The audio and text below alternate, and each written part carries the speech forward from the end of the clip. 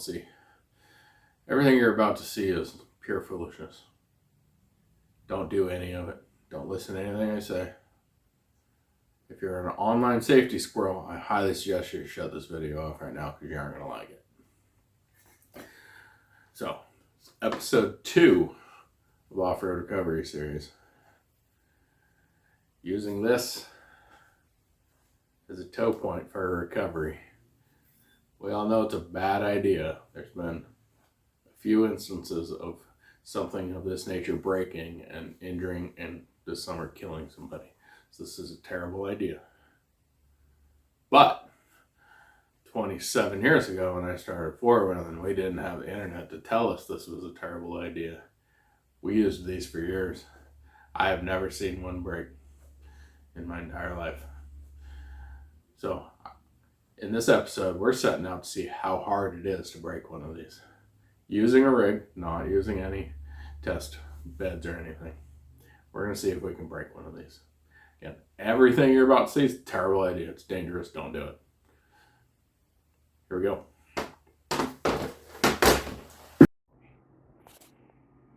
So we're starting with a 7/8 kinetic rope, a used trailer hitch. I didn't want anybody saying it was because I used a brand new one that I couldn't break it easily. Put a bunch of stuff around with it for years. As far as I know, the balls never come loose or anything on it, so it should be in good shape. And then we set up a test rig to determine how much force it actually takes. So with some math, we put a hydraulic cylinder in there, figured out the end area. We're going to pull on this thing and see how high we can get that pressure to go. Technically, this test rig's good for 100,000 pounds or so, so we're not going to get anywhere near that. But here we go.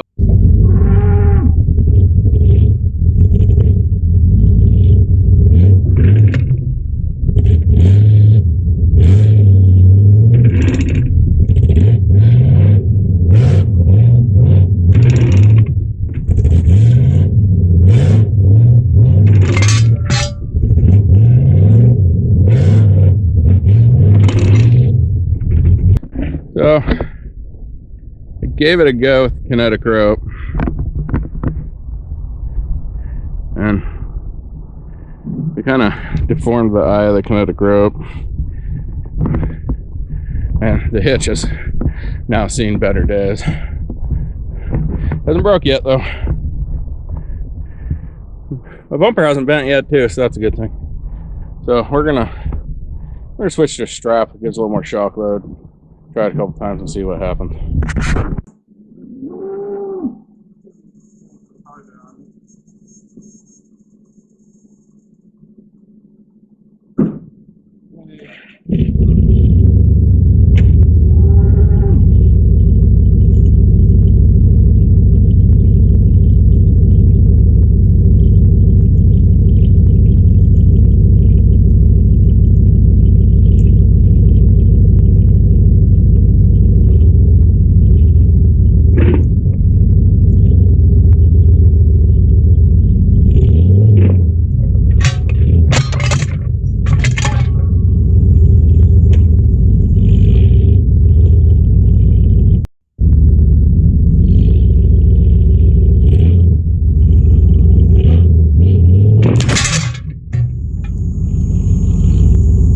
Alright, well, we're giving up. I have no idea what the gauge went to. I'll have to check that later.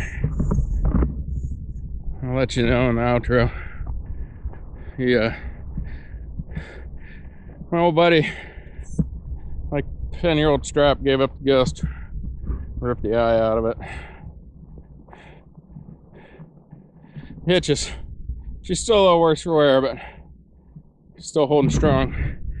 I don't know that I'd tow anything with it at this point. Well, there's a lot to unpack here. Highly doubt I'm going to make my 10-minute goal on this one. I actually had to write myself some notes so I know what I'm rambling on about. But here we go. So, from an experimental point of view, that was pretty much failure as trying to break the ball. It was the first attempt. It's also an expensive attempt. The damaged both ends of the eyes on my kinetic rope. I clearly broke my strap, and I owe my buddy Cam a set of jack stands for bending his. So we're gonna do things a little differently next attempt. I know it looks like I wasn't hitting the rope that hard, but we were on a pretty steep downhill, and that is a 5,500 pound full-size Bronco we were hitting the rope with. You can see the evidence in the readings from the hydraulic cylinder. Eventually we're going to calibrate that hydraulic cylinder using a local guy's, he's got an electronic pull scale. We're going to see how accurate it is. Technically it should actually read a little under because it takes some friction to break the seals in the wiper seal and the piston seal. But we'll see. We're going to check it. So I know a lot of people are probably wondering exactly what hitch I used on that. So this is standard American style, 6,000 pound, 2-inch ball, 1-inch shank. This plate is 5/8 of an inch thick, about 2.5 inches wide. The tubing is a standard American 2-inch class whatever tube. It's 3/16 wall thick, hollow obviously, 5/8 pinhole. Standard stuff you see Americans pull around light duty trailers and what you would come across if somebody happened to be stuck probably. So the hitch, obviously, it's bent right, like you saw in the video, but there is absolutely no signs of a fracture anywhere in it. All this paint looks good. Where this is, there's no real, the paint's cracked where this bent, obviously stretched the paint obviously, but under here there's no cracking. I mean, the hitch is good itself. The point of this video was not to make light of using hitches for recovery, or at least the stinger part of the hitch. It's been done forever. Like I said in the intro, I've done it for 27 some years, not as my primary tow point, but we certainly hooked to them over the years, and I've never seen one break. I've seen some big ones bend. I've actually never seen one, a straightish one like this bend, which tells me I was hitting this one pretty good. The point of this video is to point out that we, online, if you ever see a video of somebody using this, people are all over it. Comment after comment after comment about how dangerous it is. Zero discussion of this, which everybody would consider the alternative. Well, what do these two share in common? Of course, I can't get the pin out. This pin, right? This is a 5/8 pin. I have no idea what grade steel this is. Even if this is the equivalent to a grade 8 bolt, I'm going to tell you right now, the math says this pin fails before this fails. Whether that's true or not, don't know. Hopefully we're going to find out. Future video. My point is, everybody thinks these things are foolproof, right? Like if you want to do a hard kinetic recovery, this is the way to go. Well, I'm going to tell you right now, this thing has a working load limit of 11,000 pounds. It says right on the Amazon link, which I'll put in the description below where I bought it off of, that it's got a brake strength of like 41,000 pounds. The Rhino sells, it looks identical to this. They also say around 41,000 pounds. Fact 55 has an aluminum version. They have theirs rated at 9,500 pounds. The point I'm trying to make is, why, as a recovery community, are we so concerned about the braking strength of this? And everybody screams, you're ignoring the working load limit. It's only 6,000 pounds. This is just steel. My guess is that's grade 5, maybe grade 8 material. Don't know. But this is the end of the world, right? Ignoring the working load limit on this.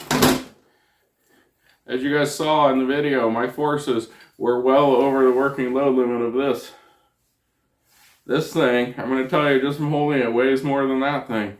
You slingshot this thing, it's just as dangerous. Let's go to my third pet peeve. You recognize this? Front of every Jeep on the planet, right? This is sold and meant to be surface welded onto a bumper. Most bumpers are 3/16 plate. I'll go into all this in a future video. What are the chances? Do you know who welded that? Do you know who engineered that? Do you look behind the bumper to see if this is double plated and welded through, or whether it's just surface welded? This is really no safer than this. So, there's my rant for the day, and the whole point of making this video. And again, just for experimental purposes, we're gonna keep trying to break the bolt just to see what it takes. We'll see what else we break. If I break the pin before I bend my bumper, I might try to break one of these. See what happens. We'll see. So as I said before, it's been a while since I've had statics or strengths. Anybody that wants to hit me up, send me a look in the description below. There'll be links to my Facebook, my Instagram, my email address. Look me up. Let's talk. Love to do a collaborative video with somebody on the actual forces involved in all this. Be phenomenal. I'm not a mechanical engineer, so I don't know. And I'm not gonna put out a bunch of numbers that I don't know are right. So if somebody wants to help check it, absolutely. Our next episode is going to be about soft shackles and kind of things. You know, I never thought about it. I adopted soft shackles into my gear kit a couple years ago. I love them, but I'm starting to rethink them with the damage it did to my other recovery gear. Maybe a shackle will do this, a hard shackle will do the same, but we're going to test it. So as always, got any comments? Drop them below. Want to see us do anything? Any topics you want to see us cover? Drop those below. Send me a message on Facebook, Instagram, email. So remember, drive fast, take chances, try to be a positive force in the world, and thanks for watching.